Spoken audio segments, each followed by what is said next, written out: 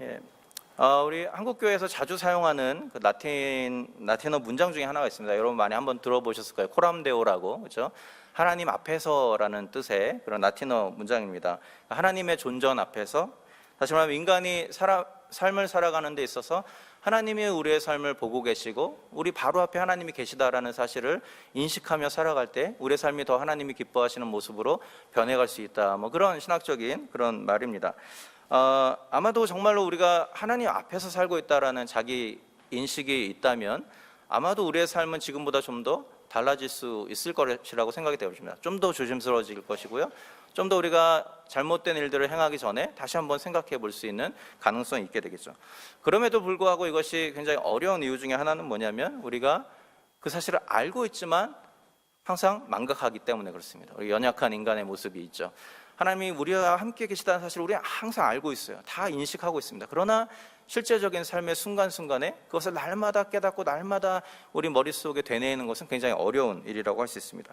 그래서 이 코람데오, 하나님 앞에서 살아가는 삶은 굉장히 강조할 만한 좋은 그런 아이디어라고 생각이 됩니다. 오늘 본문에서 아직 분배하지 못한 땅을 분배하는 이 이스라엘 백성들의 이야기를 살펴보면요, 오늘 본문이 강조하고 있는 것도 마찬가지로 하나님 앞에서 살아가는 삶의 모습에 대해서 이야기를 하고 있습니다. 본문의 배경을 우리가 다시 한번 생각해 보면요, 본문은 우리 2주 전에 수련회 전에 우리가 나눴던 말씀 중에 하나가 갈렙과 유다 자손이 헤브론 산지를 달라고 요청하는 그 장면입니다. 그래서 갈렙이 그 헤브론 산지를 정복하는 장면이 나오고요. 그리고 이어서 나오는 장면이 뭐냐면 요셉의 자손들이 자기들의 땅을 정복하는 장면이 나옵니다. 물론 그들이 우리에게 분배받은 땅이 너무 좁습니다라고 불평하는 장면이 나오지만 그 내용을 읽어보면 그들도 자신들의 땅을 이미 어느 정도 정복이 끝나간 상태인 것을 우리가 알 수 있어요.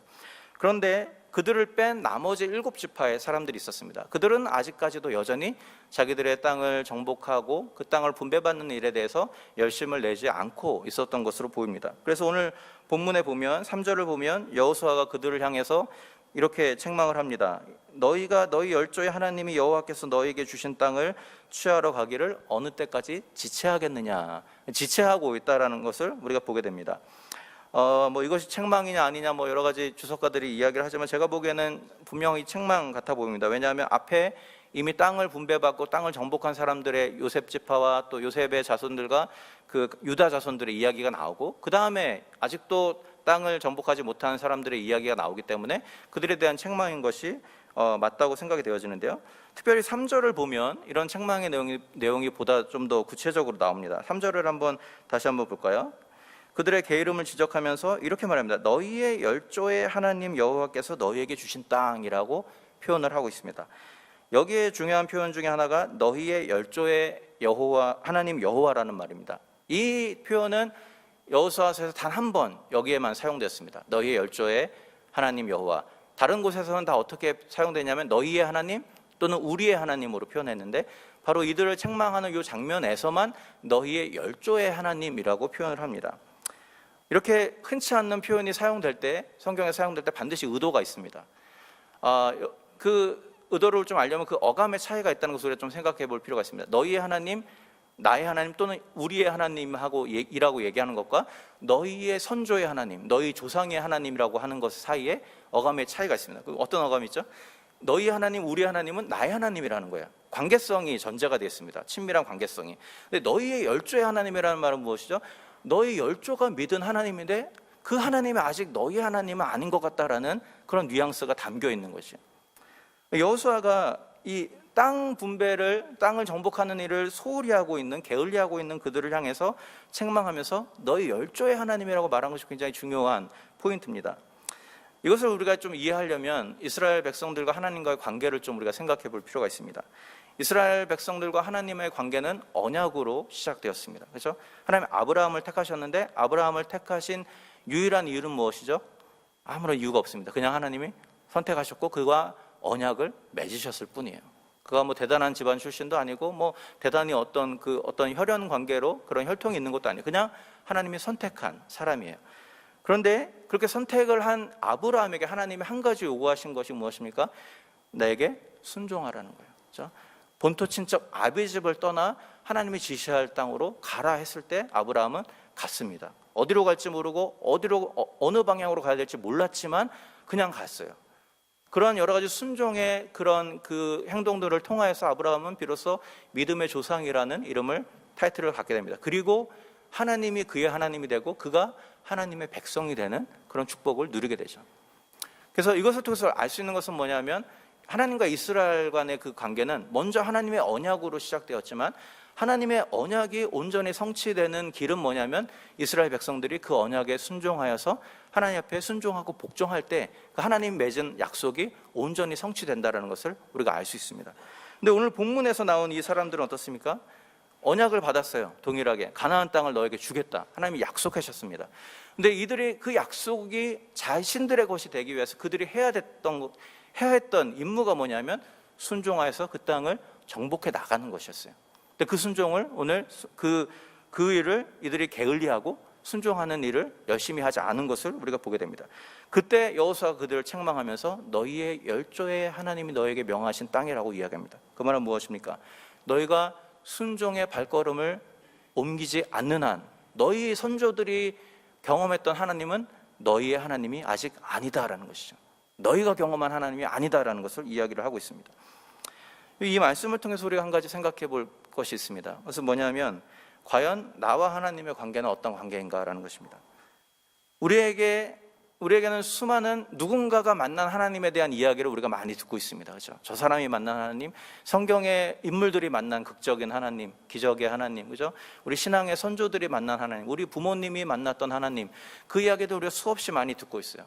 중요한 것은 뭐냐면 과연 그 이야기들 속에 내가 만난 하나님에 대한 이야기, 그 자리가 있는가라는 것입니다. 과연 내가 만난 하나님에 대한 이야기도 얼마나 많이 우리가 가지고 있는가라는 것이죠. 내가 만난 하나님에 대한 간증을 우리가 얼마나 많이 하고 있는가라는 것입니다. 여러분, 다른 사람이 경험한 기적의 하나님을 알고 있는 것은 그것만으로는 부족합니다. 그렇죠? 정말 중요한 것은 내 삶 속에 개입하시는 나의 하나님을 내가 우리의 삶의 현장에서 체험할 필요가 있다는 것이죠.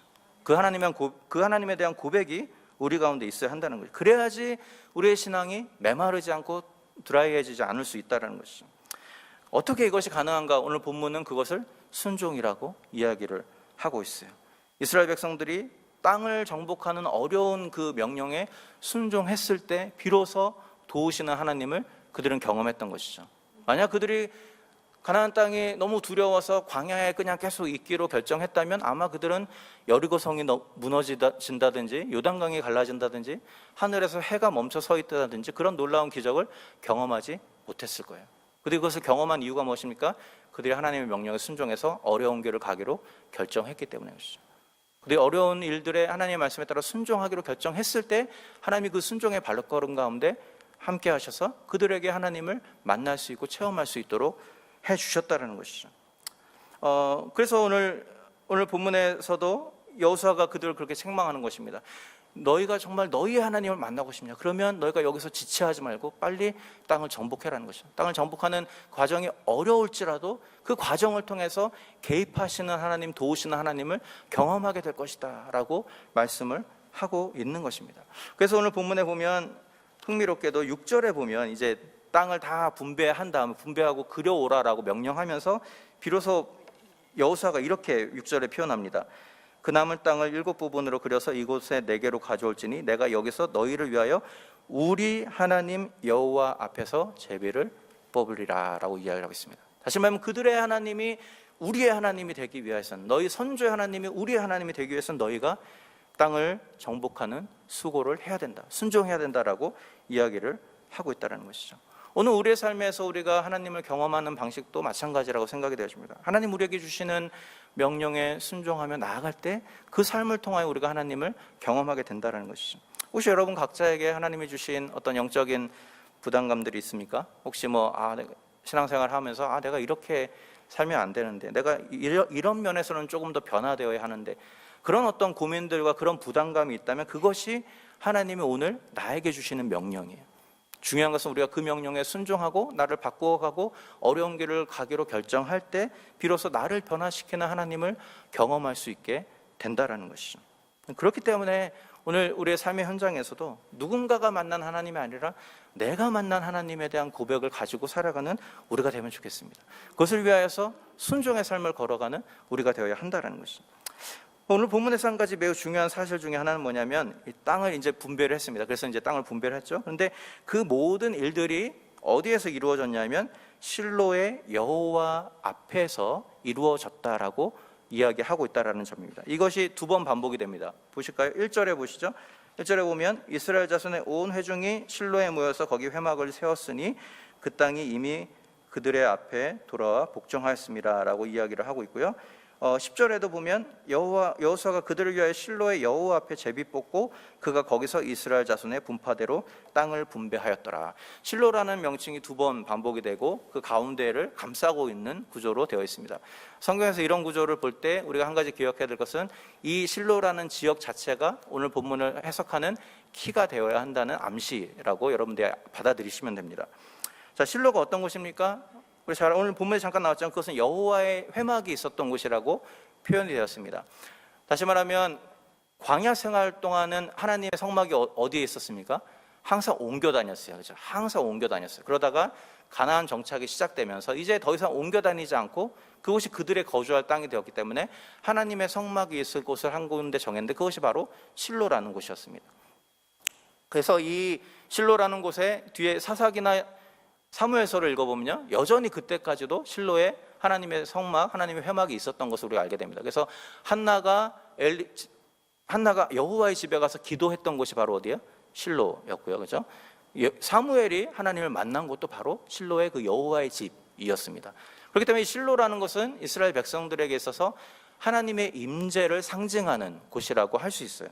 중요한 것은 이스라엘 백성들이 땅을 분배하고 땅을 제비 뽑는 이 모든 일들이 바로 그 여호와의 집 하나님 앞에서 이루어졌다라고 본문이 이야기하고 있다라는 점입니다.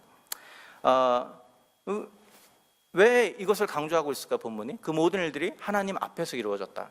제가 여러 번 이 여호수아를 통해서 강조했던 여호수아의 주제가 하나 있습니다. 그것은 무엇입니까? 모든 일이 하나님이 하셨다라는 거죠. 하나님에 의해서 진행되었다. 바로 그 주제가 여기서 또 강조되고 있습니다. 이스라엘 백성들이 다 수고를 했어요. 수고해서 땅을 그려왔습니다. 7부분으로. 그런데 그 땅을 정작 분배하는 것은 무엇을 통해서 했냐면 하나님의 집 앞에서 제비를 뽑는 형식으로 했다라는 거예요. 제비 뽑기. 그러면 제비 뽑는다는 것은 구약에 자주 나오죠. 거기선 그들의 신앙 고백에 근거한 일종의 행동입니다. 그건 무엇입니까? 내가 하는 모든 일들이 하나님이 나에게 주신 것이다라는 것을 인정하는 그런 신앙 고백을 통해서 제비를 뽑아요. 근데 한번 생각을 해보십시오. 여러분들이 만약에 우리가 7지파여서 땅을 다 그려왔다고 해보세요. 7부분으로. 그러면 우리는 어떻게 결정할까요? 같이 모여갖고 토론을 해야 돼요. 미팅을 해야죠. 미팅을 해서 어떻게 합니까?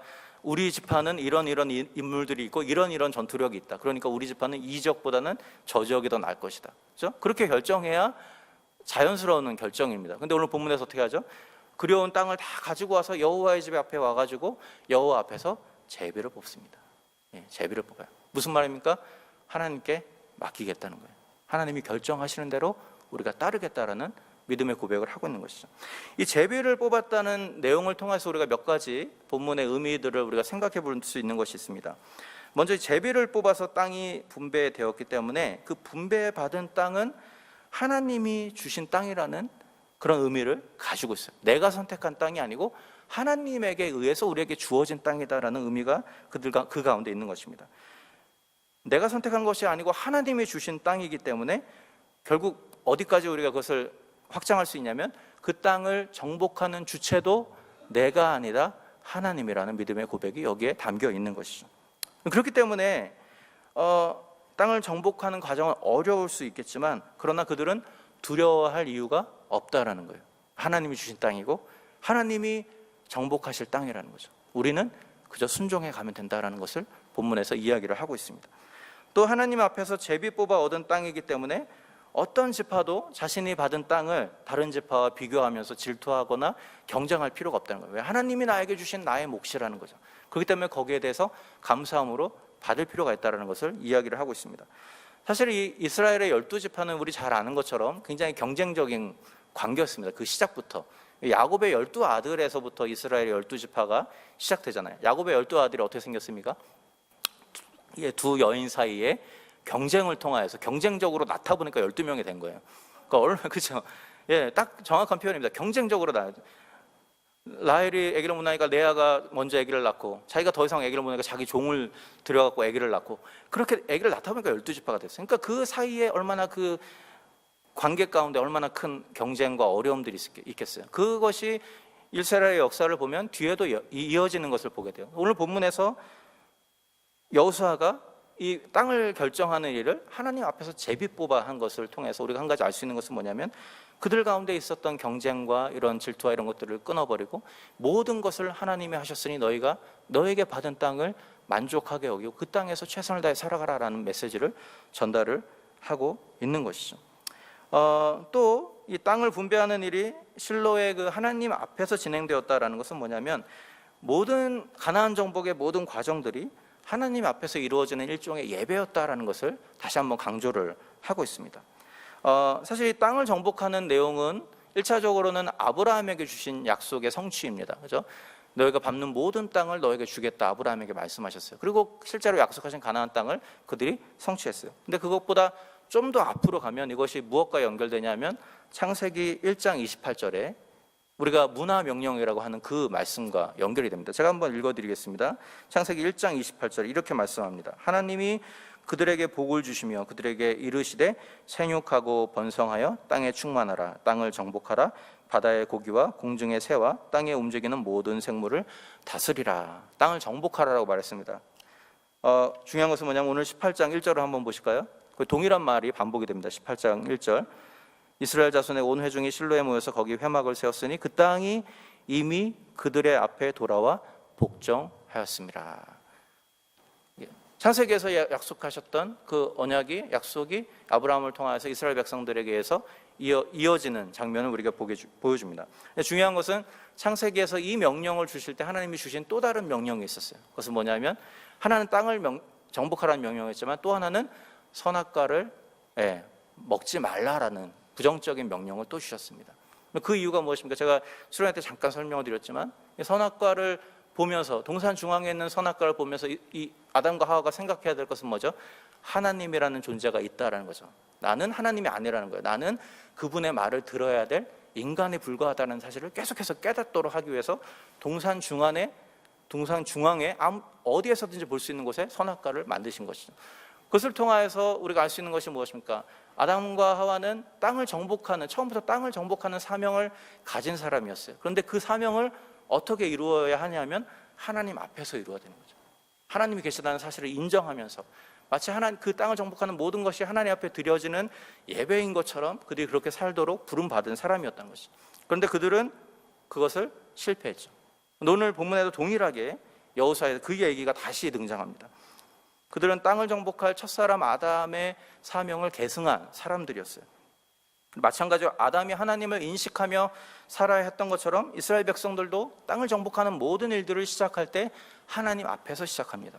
그 말은 뭐예요? 이 모든 일들을 진행할 때 내가 이것이 하나님께 드리는 예배라는 사실을 기억하면서 해야 된다는 것을 이야기를 하고 있는 것이죠. 실제로 우리가 여호수아를 통해서 살펴본 것처럼 요단강을 건너는 것, 그것을 예배의 행위라고 제가 말씀드렸습니다. 그렇죠? 여리고성을 돌 때 마지막에 나팔을 부는 것, 그것이 예배의 행위였다라는 것을 제가 말씀을 드렸습니다. 이런 모든 것들을 통하여서 결국 하나님이 그들에게 전달하시는 메시지가 무엇입니까? 너희가 하나님 앞에 선 예배자로 살아갈 때 하나님이 너희에게 약속한 그 땅의 정복의 약속을 이루어 줄 것이다 라는 것을 이야기를 하고 있는 것이죠. 오늘 이 나눈 말씀이 우리 삶 가운데 몇 가지 적용점이 있다라고 생각이 되어집니다. 두 가지만 좀 나누고 말씀을 마무리하면 좋겠는데요. 먼저 하나님 백성으로서의 우리의 삶은 나의 삶이 아니라 하나님이 나에게 맡겨주신 삶이라는 것을 우리가 기억할 필요가 있습니다. 그럼 누구도 내가 결정해서 이 땅에 태어난 사람은 없습니다. 여러분 태어나실 때 여러분 한국에서 누구의 어떤 부모님 밑에서 태어나겠습니다 이렇게 결정하고 태어난 사람은 아무도 없습니다. 그 결정권은 우리에게 없어요. 우리가 받은 것은 무엇입니까? 하나님이 결정해 주신 것을 받았을 뿐이에요. 그렇죠? 그렇기 때문에 내가 처한 모든 나의 삶의 모습이 하나님이 나에게 주신 나의 몫이라는 것을 우리가 인정할 필요가 있다는 것이죠. 그렇기 때문에 우리가 그것에 대해서 너무 많이 염려하거나 걱정할 필요는 없다는 거죠. 그것이 내가 선택한 삶이 아니고 하나님이 나에게 주신 나에게 허락하신 삶이라면 두려움은 우리의 것이 아니라는 것입니다. 하나님이 하실 것이기 때문이라는 것이죠. 오늘 본문을 통해서 바로 이 말씀을 우리가 좀 기억하면 좋겠고요. 또 한 가지, 오늘 여호수아서가 이스라엘의 그 가나안 정복을 하나님 앞에서 드리는 예배로 묘사하고 있는 것처럼 오늘 우리에게 맡겨주신 모든 것들이 하나님을 예배하는 예배의 행위라는 것을 우리가 기억할 필요가 있습니다. 그래서 바울이 바로 이 점을 로마서 12장에서 이렇게 이야기를 했죠. 그러므로 형제들아, 내가 하나님의 모든 자비하심으로 너희를 권하노니 너희 몸을 하나님이 기뻐하시는 거룩한 산 제사로 드리라. 이는 너희의 드릴 영적 예배니라. 이렇게 말씀을 했습니다. 그럼 구약에서 하나님께 드리는 제사가 무엇입니까? 짐승을 죽여서 그 짐승을 올려드리는 거죠. 물론 신약에서는 더 이상 그 희생제사가 드려지지 않습니다. 그런데 바울이 그 희생제사의 이미지를 가지고 와서 신약에서 우리가 드릴 예배가 무엇인지를 설명하죠. 그 예배가 무엇이에요? 우리의 몸이 거룩한 산 제물로 드려지는 것이 우리가 드릴 영적인 예배다라고 이야기하고 있습니다. 다시 말하면 우리가 일주일에 한 번, 두 번 만나서 함께 드리는 예배가 중요하고 복된 것이지만 이것이 예배의 전부가 아니라는 것을 바울이 이야기를 하고 있는 것이죠. 그것이 아니라 우리의 삶 전체가 주님 앞에 드려지는 것이어야 한다라고 이야기를 하고 있습니다. 그래서 우리의 예배는 출발점이지 종착점이 아닙니다. 예배를 출발점으로 하여서 우리의 삶 전체가 하나님께 드리는 거룩한 산제사가 되도록 해야 한다는 것이죠. 다시 말하면 우리가 일주일간 일하는 우리의 직장과 사업장, 이 모든 것들이 하나님을 예배하는 장소가 되어야 한다는 얘기입니다. 그 말은 예배를 드리고 하루를 시작해라 이런 뜻이 아닙니다. 제가 말씀드리는 뜻은 그런 뜻이 아니고요. 여러분들이 직장에서, 사업장에서 사람들을 대하는 태도와, 그죠? 직원들을 대하는 태도, 직원들과 나누는 말, 여러분들이 수입과 지출을 관리하는 모든 방식, 그 모든 것들이 하나님을 예배하는 예배의 수단이라는 것을 우리가 기억해야 된다는 것이죠. 그럼 어떻게 해야 되겠습니까? 더 정직하게, 깨끗하게, 거룩하게 살아가야 한다는 것이죠. 그것이 비록 우리의 돈을 버는 수단이라 할지라도 그것이 하나님이 나에게 주신 부르심이고 사명이기 때문에 우리는 그 안에서 예배하는 삶을 살아야 한다는 것입니다. 그러기 위해서는 바울의 이야기를 우리 근거로 해볼 때 그러기 위해서 우리에게 필요한 것은 나를 죽이는 작업이 필요한 거죠. 재물이 죽어서 드려져야만 하나님이 기뻐하시는 산 제물이 되는 것처럼 우리 몸을 산 제사로 드리라는 뜻은 그런 뜻이죠. 짐승을 죽여서 하나님께 드리듯이 내가 죽어야만 우리 삶이 하나님이 기쁘시게 받는 모습으로 변화될 수 있다는 것이죠. 내가 죽어야만, 내가 나 자신을 포기해야만 내 안에 계신 예수 그리스도가 드러날 수 있게 된다라는 것입니다. 오늘 이스라엘 백성들이 보여준 것이 바로 그것이 아니겠습니까? 여호수아가 자신의 모든 군사적인 지식과 지략을 다 포기하고 하나님이 엉뚱한 명령을 하면 그냥 순종했습니다. 오늘 7지파도 마찬가지입니다. 7지파들이 다 그림을 그려오면서 각자의 나름대로의 생각이 있었겠죠. 어느 지역이 우리에게 더 잘 맞고 어느 지역은 우리에게 어렵고, 근데 그 모든 것을 다 내려놓고 제비 뽑힌 것을 가지고 정복해 나갑니다. 그것은 무엇을 의미합니까? 자기를 내려놓고 하나님의 하실 일들을 기대하고 순종하기로 결정했다는 것이죠. 오늘 우리의 삶이 그러한 삶으로 회복되어질 때 비로소 코람데오, 하나님 앞에서 살아가는 하나님의 모습으로 우리가 살 수 있다는 것입니다. 오늘 이 말씀을 통해서 다시 한번 우리가 하나님 앞에서 살아가고 있다는 사실을 기억하는 우리가 되면 좋겠습니다. 그리고 내게 주신 모든 것이 하나님으로 말미암았다는 것을 우리가 기억하면서 그 하나님께서 오늘 나의 삶을 이끄시고 인도하실 것임을 믿음으로 고백하는 우리가 되면 좋겠습니다. 두려움과 염려와 금신과 아픔이 있다 할지라도 그 과정 속에 하나님이 행하실 놀라운 계획과 놀라운 하나님의 뜻이 숨어 있음을 기억하면서 그 안에서 위로받고 새 힘을 얻을 수 있는 저와 여러분 될 수 있기를 주님의 이름으로 부탁을 드립니다. 기도하겠습니다.